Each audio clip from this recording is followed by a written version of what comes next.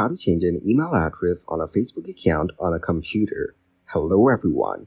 In this video, I will show you how to change an email address on a Facebook account on your computer. First, go to the Facebook on your web browser. Once logged in, click on your profile shown at the top right corner. Next, select the Settings and Privacy and reach the settings. On the left side, click on See More in the Accounting Center. Now select the Personal Details option shown on the left side.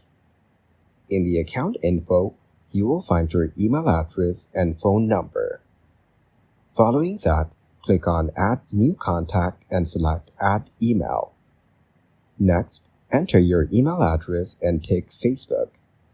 In the end, hit the Next button and enter the confirmation code sent to your email. Thank you guys for watching this video. Hope you got some value. Make sure to like the video and subscribe to the channel to get notified of new videos.